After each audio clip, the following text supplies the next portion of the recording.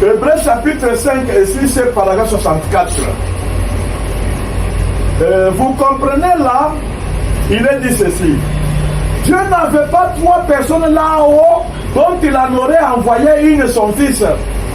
C'était Dieu lui-même qui est venu sous la forme de fils. Et un fils a un commencement. Et le fils a eu un commencement. C'est comme quelques-uns d'entre vous, chers catholiques.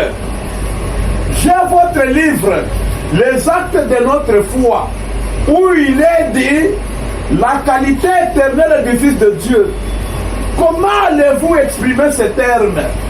Comment pouvez-vous faire en sorte que cela ait un sens? Comment cela peut-il être éternel? Cela n'est pas la Bible. Cela n'est pas la Bible. C'est votre livre. La qualité éternelle des fils, ils n'ont pas. Cette expression n'est pas juste, car tout ce qui est fils a un commencement et ce qui est éternel n'a pas de commencement. Ainsi, ce n'est pas la qualité éternelle des fils. Christ devint chair habité parmi nous. Il a eu un commencement. Ce n'était pas une qualité éternelle de fils. C'est la divinité éternelle, pas la filiation. Amen. Il est venu pour nous racheter. Et effectivement, il nous a rachetés. Donc, lui le fils, il allait être contradictoire avec lui-même. Comme ce n'était pas lui qui avait commencé avec la divinité. C'était le père Adam. Le père Adam perdant la divinité par le péché. Maintenant, la divinité est appartenue maintenant au fils Jésus. Et Jésus aussi, comme il ne va pas garder cette divinité, pourquoi? Parce qu'il va vouloir se sacrifier. Il va se sacrifier pour que la divinité rentre au Père. C'est pourquoi le règne du Fils, il règne jusqu'à 7 ans. Alors, le Fils régna jusqu'à 7. Jusqu'à quand? Jusqu'au moment où il va accomplir le rachat. Et quand il accomplit le rachat, ça dit, il présente maintenant un homme en qui maintenant la divinité doit quitter en lui Jésus pour être dans cet homme-là. Oh, c'est juste. Oui. Et c'est pourquoi Branham, dans une suite logique de son message, il vous dit dans le signe, de 1963, paragraphe 322 à 323, il dit ceci. Le signe de 1963, paragraphe 322 à 323. Oui. Dans Hébreux 13, 10 et 20, je n'ai pas le temps de les lire. Notez-les. J'avais l'intention de lire cela.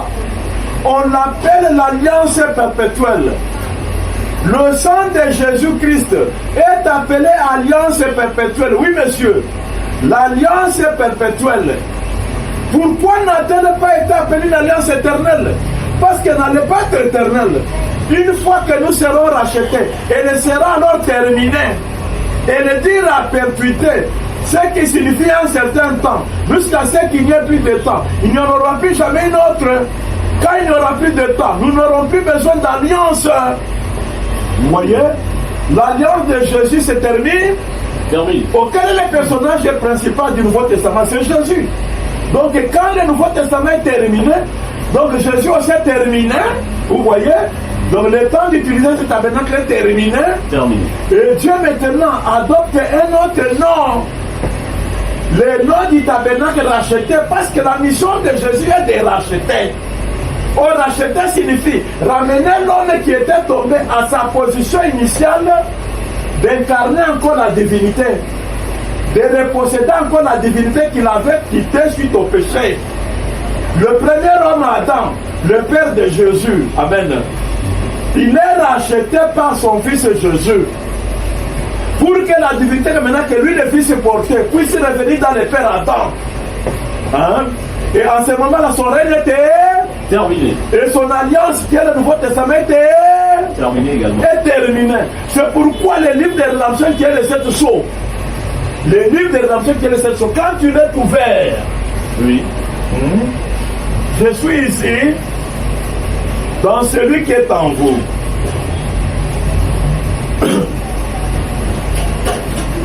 Celui qui est en vous, paragraphe 24. Paragraphe 24. Branham dit ceci. Maintenant, voilà la preuve scientifique que c'est la vérité. Ainsi donc, on n'a pas à s'inquiéter de savoir si c'est la vérité, tant sur le plan scientifique que sur le plan spirituel. Ce qui a été annoncé s'est accompli. Alors le message de cette chose mené à terme, c'est le message de la Bible entière. Les 7 choses qui mènent à terme le Nouveau Testament, et on se laisse celui-ci, c'est vrai. Vous voyez? Donc quand on ouvre les 7 choses, ça dit le personnage principal est devenu un autre. C'est qui ce personnage principal? Le personnage principal devient maintenant l'être racheté. Adam. Adam. Le premier Adam, il faut préciser. Donc, le premier Adam qui est racheté par Jésus lui-même. Hein? Donc, Jésus a racheté un homme qui allait le remplacer. Un homme à qui il allait remettre le royaume, la divinité. Et c'est pourquoi cet homme, il va revenir avec un nom qui indique ça. Le nom à 7 lettres. C'est qui le nom à 7 lettres. C'est qui ce premier Adam qui est revenu? Oui, d'abord exploitons la notion de 7 lettres. Ok. Hein? Parce qu'il porte le nom de la rédemption. Le nom qui a 7 lettres. Ok. Apocalypse chapitre 5, deuxième partie. Paragraphe 201. 201. Branham dit ceci. Il dit, maintenant voici une chose. J'ai ici 5 choses dont j'aimerais parler pendant un moment, aussi vite que possible. Regardez, les 7 heures. Il y a 7 sauts. Il y a 5 7 dans le plan de la rédemption de Dieu. 5 est le chiffre de la grâce. Combien le savent? Jésus. 5 est le chiffre de la grâce, 6 est le jour de l'homme et 7 est le jour de sa rédemption. Donc 7 c'est le jour de la rédemption. Hein? Donc la numérologie d'un nom est conforme au message que chacun des personnages doit porter. 5 Jésus c'est la grâce. Comme vous dites, le secours d'Adam c'est Jésus. Adam qui s'était foutu dans l'abîme. Hein?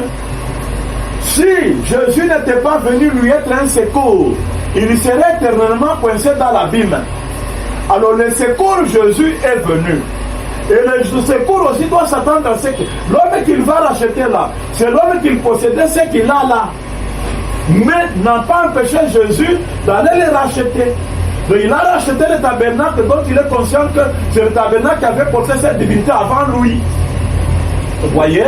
Et c'est pourquoi cet homme-là, cette lettre, hein, comme cette lettre se rapporte à l'homme, le premier homme qui avait perdu la divinité. Hein? Pourquoi est-ce que le premier homme était donc attaché à la divinité? Parce que Dieu qui avait voulu être père des humains. Donc la divinité devenait un homme pour être le père des humains. Amen. Et maintenant, ce premier homme-là en perdant cette divinité, et comme Jésus les rachète, il y revient parce que rédemption signifie possession légale et complète de tout ce qui a été perdu. Ok. Il y revient à reposséder la divinité qu'il avait perdue. Donc c'est lui qui est devenu Dieu. Amen. Et par la même occasion, c'est lui le père des humains. C'est pourquoi il est HAM. C'est pourquoi même son signe de naissance, c'est un signe de l'assemblée de tous les humains. L'étoile de Sem, l'étoile de Japheth et l'étoile de Cam. Réunis ensemble, ça montre là le Père des humains présent parmi nous. Le Père là dont on apprend qu'il avait perdu la divinité est ramené parmi nous en vertu maintenant du sacrifice de Jésus. De la détermination de Jésus de le ramener. Maintenant, Jésus doit tempérer à remettre ce qu'il possédait momentanément avant de ramener cet homme. Il doit le lui remettre. C'est dit toujours dans le même message encore ici. 162 paragraphes. Apocalypse chapitre 5, deuxième partie. 162 paragraphes, nous lisons ceci. Il brise les sceaux, les révèle et nous donne son héritage et nous son peuple. Il lui donne l'héritage qu'il a hérité en devenant un parent rédempteur. Il nous le donne gratuitement. Ça lui appartenait entièrement. C'est lui qui l'a racheté. Mais au lieu de le garder pour lui-même, il le rend à l'homme. C'est son amour pour nous. Voyez la logique. Si un Corinthien a dit qu'il allait remettre le royaume, et Branham atteste qu'au lieu de le garder, il le rend. Il le rend quoi? Il rend l'unique Dieu là. L'unique Dieu là qu'il avait divinisé. Il le rend encore à Adam qu'il avait perdu. Donc c'est au tour maintenant d'Adam, le père de Jésus, de devenir Dieu. C'est pourquoi la filiation n'était pas éternelle, c'était perpétuelle. Et son alliance était perpétuelle. Donc le temps de terminer, de remettre le royaume au Père est arrivé. C'est comme il le dit, je continue. Ok. Christ est le mystère de Dieu révélé. Paragraphe 459. Paragraphe 459, il dit ceci. Christ est le mystère de Dieu révélé. Je lis même dans la traduction des Suisses, c'est à la page 44, la traduction des Suisses. Oui. En ce jour, le royaume sera rendu au Père, afin qu'il puisse être le tout en tout. Prenons dit, en ce jour, le royaume sera rendu au Père. Au Père. Le temps dans lequel nous vivons, nous n'avons pas un prophète pour rien. C'est pour nous dire le jour dans lequel nous sommes. Nous sommes. Oh, qu'est-ce qu'il dit? C'est le jour où Jésus rend le royaume au Père. C'est en ce jour ici. Et toi, tu es qui pour contester? Tu es qui pour vouloir que la divinité reste confisquée par Jésus? Est-ce que tu connais le plan de la rédemption? Consulte un peu le plan de la rédemption. Nous allons l'aborder tout à l'heure. Okay. Alors, on regarde du chiffre 7, et puis du nom, H.A.M. le premier homme Adam est ramené, qui est ramené à être Dieu, à sa position initiale de Dieu. C'est Branham. Ah, c'est Branham. Et Jésus maintenant, Branham c'est cette lettre. H.A.M. signifie celui le Père. Vous voyez? Donc, nous, en voyant Branham, nous voyons notre Père Adam, le premier Adam. Ah, c'est pourquoi vous avez écrit Adam, oui. Là où il y a l'image de Branham. Voilà. L'homme en qui nous étions tombés. Et maintenant, à qui Jésus vient de remettre le royaume. Maintenant, quand le royaume est remis entre ses mains, maintenant c'est l'homme en qui maintenant nous allons trouver le relèvement. C'est-à-dire le salut là est déposé en Branham. Maintenant c'est Branham maintenant qui se charge de tout enfant qui était perdu en lui. Parce que la Bible le dit ceci. Ok. Bible de 1 Corinthiens 15, verset 22. 1 Corinthiens 15, verset 22. La Bible dit ceci. Et comme tous meurent en Adam, de même aussi tous revivront en Christ. Mais chacun en son rang. Donc vous voyez ici, tu es un colis qui était perdu dans un conteneur dans l'océan.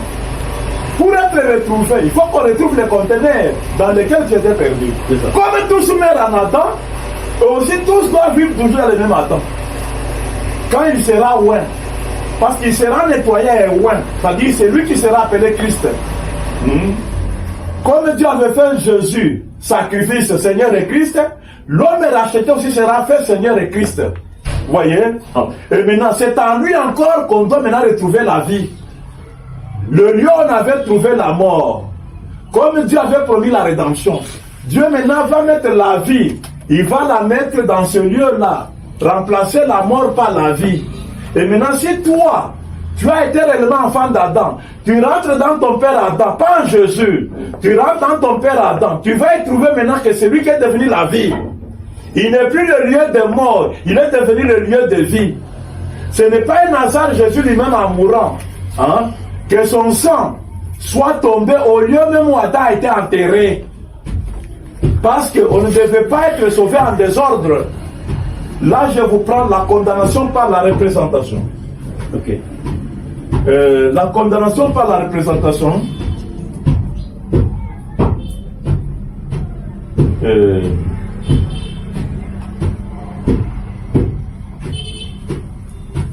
Condamnation par représentation.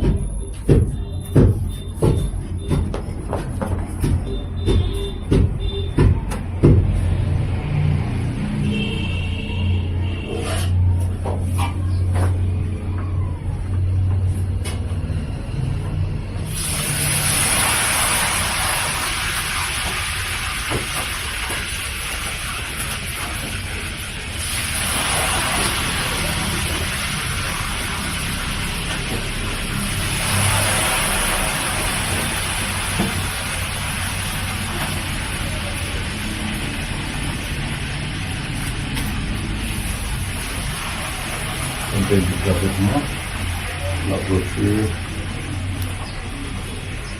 condamnation par représentation.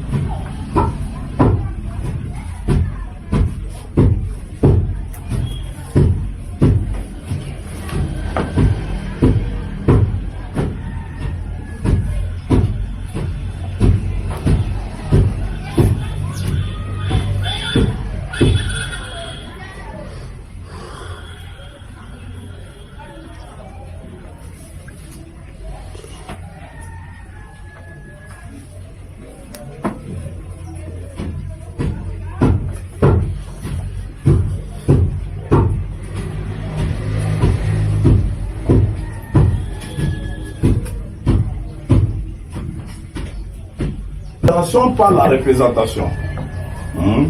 Je disais, la Bible a dit dans 1 Corinthiens 15, verset 22, comme tout soumet en Adam, de même. Et Branham relaie cette écriture dans son sermon intitulé La condamnation par la représentation, paragraphe 208. Maintenant, vous qui dites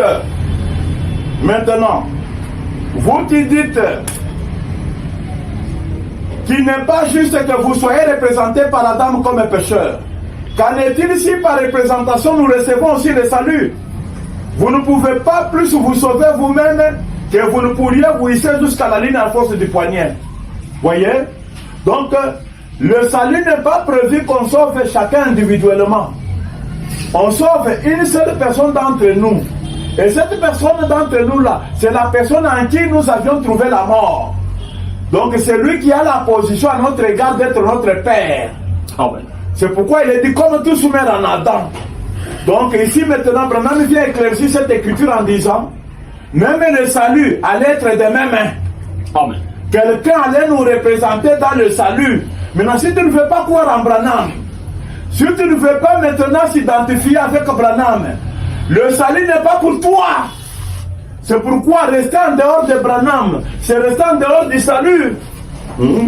Ce n'est pas pour rien que lui-même le dit dans les rois rejetés. Page 26 et 27.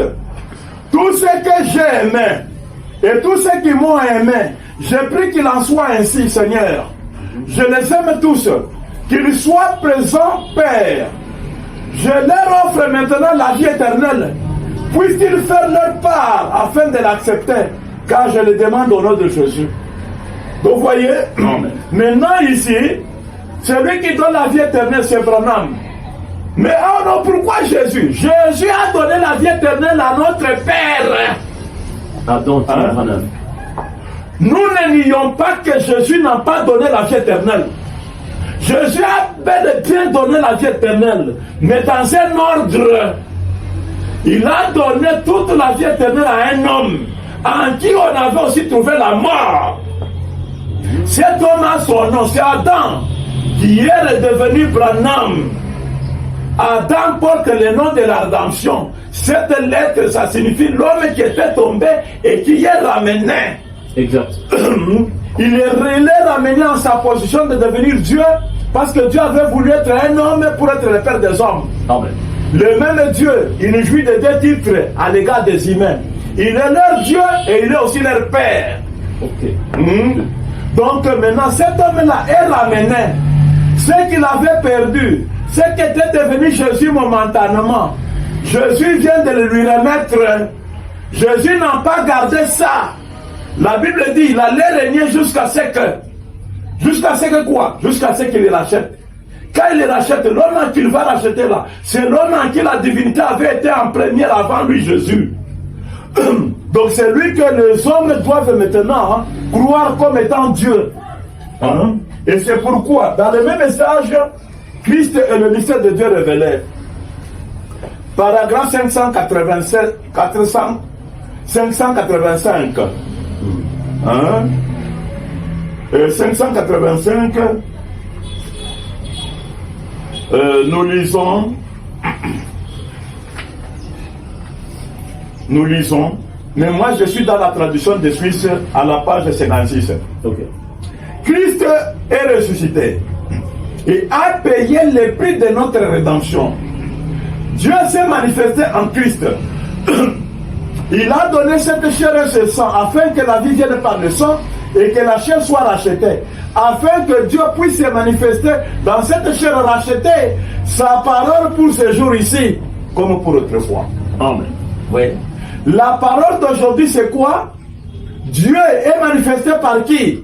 Dans une chair rachetée. Racheté. Oh, Jésus n'a pas été une chair rachetée. Jésus, c'est le Rédempteur qui a racheté celui qui était tombé. Maintenant, Dieu quitte Jésus pour rentrer dans l'homme racheté. Le tabernacle est racheté. C'est pourquoi, paragraphe 587 de Christ et le mystère de Dieu révélé. Oui. Branham dit, quand l'homme est vraiment racheté, c'est la semence prédestinée qui voit et accepte cela. Ses péchés sont détruits. Voilà la manière d'être saint.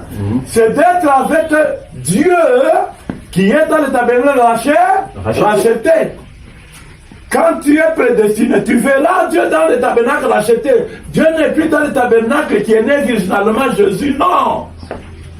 Ce tabernacle, Amen, a été utilisé comme monnaie d'échange pour remplacer Adam là où il était et qu'Adam revienne. Nous lisons ça dans l'union invisible.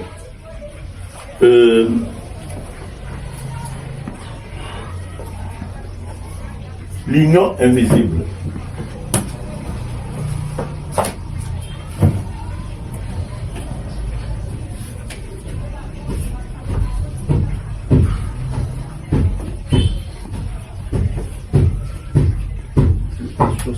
Oui.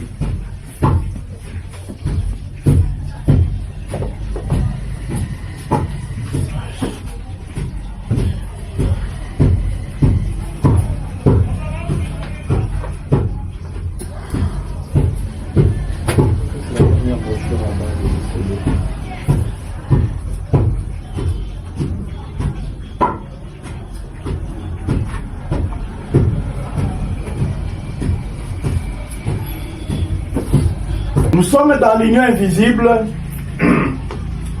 paragraphe 267. 367 plus. Qu'est-ce que je voudrais dire? L'union invisible, paragraphe 267.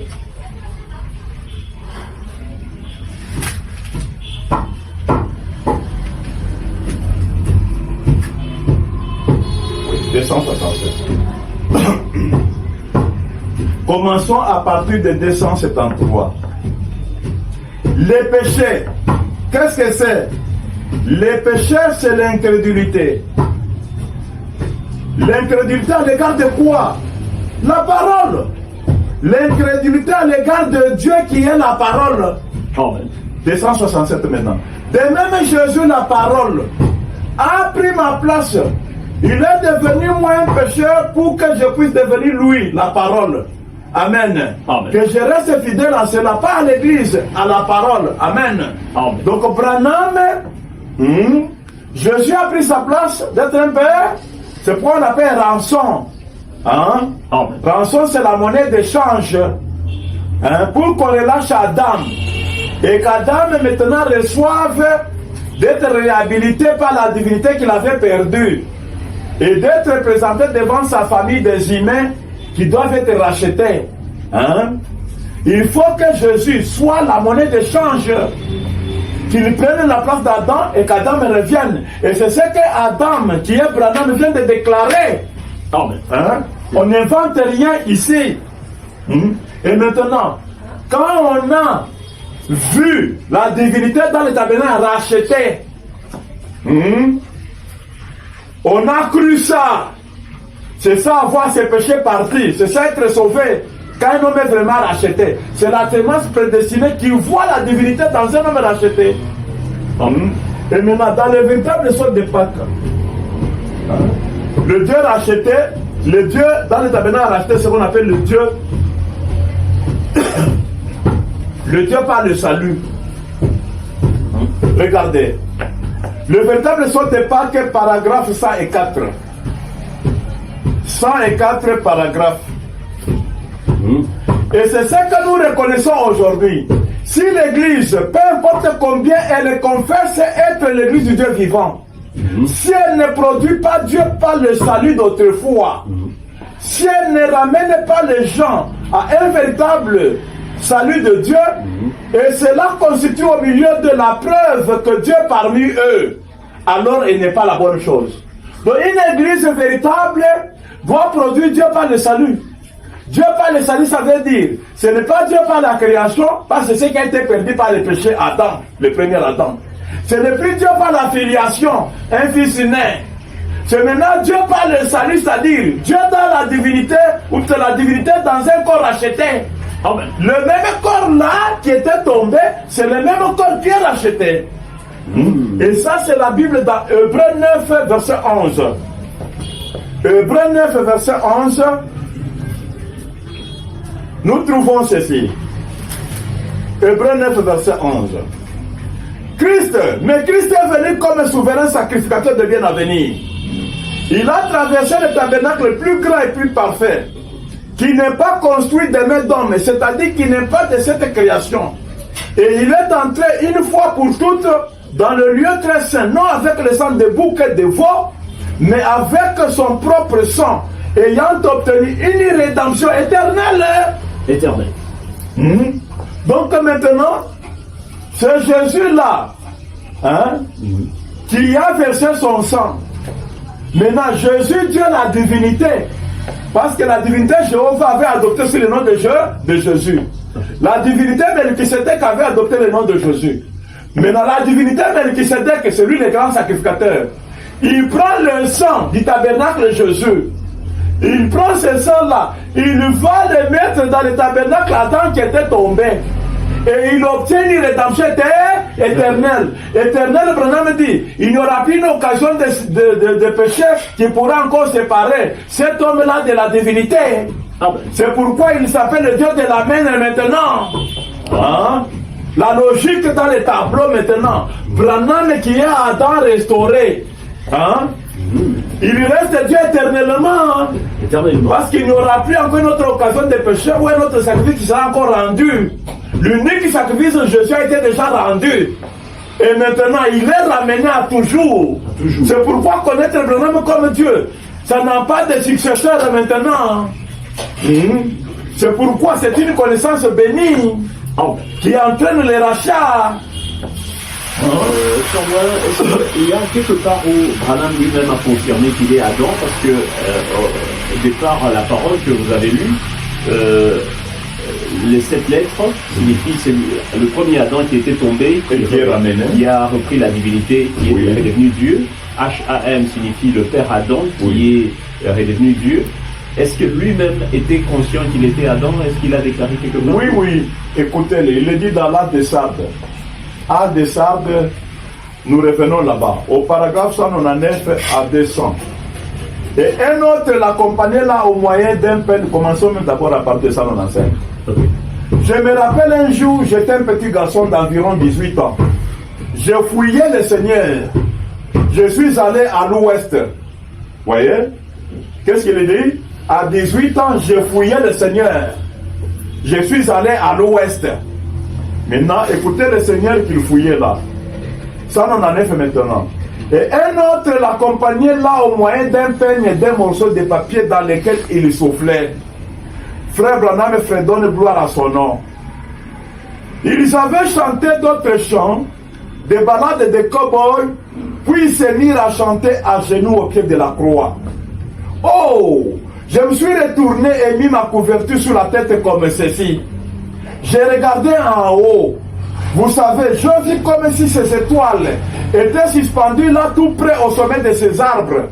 Dans ces montagnes, dans le bruissement perpétuel des serpents, je l'entendais crier, Adam, où es-tu? Vous voyez? Adam, où es-tu? Nous pouvons encore prendre notre message. L'union invisible qu'on venait de lire tout à l'heure. L'union invisible. Oui. Branham dit au paragraphe 135. 135.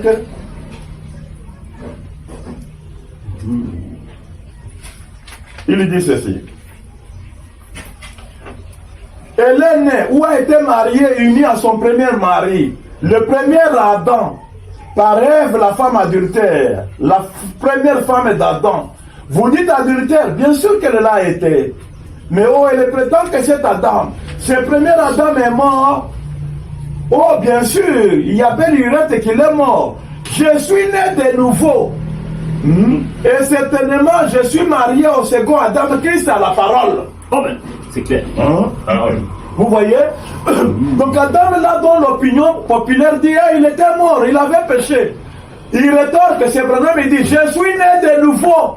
Amen. Et marié maintenant à Christ, le second Adam, la parole. Amen. Vous voyez? Donc la divinité qu'il avait quittée et qui avait fait de Jésus Dieu est rentrée maintenant en Branham. Le faisant, donc vous voyez là, donc le premier Adam c'est bel et bien Branham. Il n'importe quel nom de la rédemption, cette lettre, H-A-M signifie c'est lui notre Père. Donc c'est ça même la rédemption. C'est le plan de la rédemption. Vous voyez, donc la première colonne ici, c'est la création. Ok. Encore là pour confirmer qu'Adam était Dieu. Ok. Nous commençons avec question-réponse sur la Genèse. Question-réponse sur la Genèse. Là, nous sommes au paragraphe 26. Ok. Maintenant, personne n'a jamais vu le Père. Personne ne peut voir Dieu sous une forme corporelle parce que Dieu n'est pas sous une forme corporelle. Dieu est esprit. Donc ici, Dieu est esprit. Okay. Et sous cette forme ici, c'est le Père. Oui, voyez-vous très bien. Personne n'a jamais vu le Père. Mais le Fils unique du Père l'a fait connaître. Voilà, Jésus a dit personne n'a jamais vu le Père. Il n'a que vu le Fils qui vient le faire connaître. Et maintenant, paragraphe 33. Paragraphe 33. Discernement, question-réponse sur la Genèse. Maintenant, retournons donc là en arrière. Au moment de l'apparition de ce petit halo, maintenant nous ne voyons encore rien, mais juste avec les yeux du surnaturel, nous voyons un halo qui s'éteint là. Bon, c'est le Fils de Dieu, le Logos. Je peux donc le voir jouer là comme un petit enfant devant la porte du Père. Dans toute l'éternité, voyez-vous. Bon, et alors dans la conception de son plan, il commence à penser à la manière dont les choses devraient être. Et je peux l'entendre dire que la lumière soit. Donc après que Dieu soit esprit Père, il a engendré un fils qu'on appelle le fils Logos. Logos c'est la parole. Par qui il a créé toutes choses. Et rien de ce qui a été fait sans elle, la parole. Ok. Alors c'est ce Logos là qui avait été fait chair en Jésus. C'est pourquoi on dit c'est le Fils fait chair. Le Fils, oh le Fils qui est-il? C'est le Père lui-même qui devenait la parole. Au commencement était la parole était avec Dieu, la parole était Dieu. Donc la parole ici avait l'esprit en elle. Elle n'était pas la parole vide, l'esprit restait ailleurs. Donc Dieu qui est le Père était dans la parole de Logos. Quand ça a été fait chair, c'est Dieu le Père et le Fils qui étaient fait chair en Jésus. Vous voyez? Maintenant, après avoir créé toutes choses, à la fin, maintenant paragraphe 21. Paragraphe 21. Question et réponse sur la Genèse. Maintenant, si Dieu a créé l'homme à son image et à sa ressemblance, quel genre d'homme créa-t-il? Un homme esprit. Donc après qu'il ait créé toutes choses, en disant faisons l'homme à notre image, Dieu avait fait un homme esprit. 22 paragraphes, nous lisons 22 paragraphes. Il était, c'est-à-dire Adam, le premier homme parmi les créations inférieures de Dieu. La première création était Dieu lui-même. Puis de Dieu sortit le Logos, lequel était le Fils de Dieu. Puis du Logos sortit l'homme. Vous voyez? Donc le paragraphe 22 dit que l'homme qui a été donc ici, Adam était le premier homme terrestre. Oui. Hein? Mais le premier homme était Dieu lui-même, l'homme créé à son image. C'est-à-dire de l'esprit Père, hein, la première cachette était Dieu lui-même, esprit. Puis de l'esprit Père est sorti le Logos, lequel était le Fils de Dieu. Puis du Logos est sorti l'homme, lequel était un homme esprit. Là, c'est paragraphe 22, 21 et 22. Maintenant, nous allons au paragraphe 44. 44 dit: maintenant, si l'homme était créé semblable à cette petite lumière sacrée là, ou quelque chose comme cela, et ne pouvait pas être vu, c'est un être spirituel. Il se manifesta, il là c'est Dieu, il se manifesta, ou se dévoila un peu plus, pour faire de lui-même une trinité avec le Père, le Fils et le Saint-Esprit. Et Dieu était là, se dévoilant lui-même jusqu'à faisant l'homme à notre image, l'homme à notre ressemblance. Il était un être surnaturel.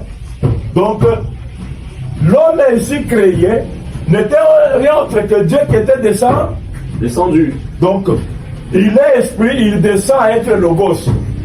Il descend encore un peu plus pour être le Saint-Esprit, c'est-à-dire un homme esprit. Et Dieu était là, se dévoilant alors lui-même. Lui-même. C'est-à-dire Dieu ne restait pas en cours de route pour qu'on appelle l'homme autre chose et Dieu autre chose. C'était Dieu lui-même qui devenait cet homme. Vous venez de voir? En faisant quoi? Une trinité de lui-même. En tant qu'esprit, il est Père. En tant que Logos, il est Fils. En tant qu'homme esprit, il est Saint-Esprit. En tant qu'homme esprit là, il est Saint-Esprit. Nous lisons aussi dans Hébreux. Hébreux chapitre 2, paragraphe 278. Prenons mes dés. Hébreux chapitre 2, paragraphe 278. Et maintenant, les Logos qui sortit de Dieu, voilà, les Logos qui sortit de Dieu. C'était le Logos. Tout cela commençait à prendre une forme corporelle. C'était le Logos. Et puis ça commençait à prendre une forme corporelle. Et a été appelé des théologiens Logos. En d'autres termes, un meilleur mot pour cela, c'est ce que nous appelons une théophanie. Et c'est ce genre de corps-là que Dieu avait, car il dit, faisons l'homme à notre image, à notre ressemblance. Donc quand Dieu dit, faisons l'homme là, c'est Dieu lui-même qui obtenait ce corps, qui devenait une théophanie. Le Logos s'étant transformé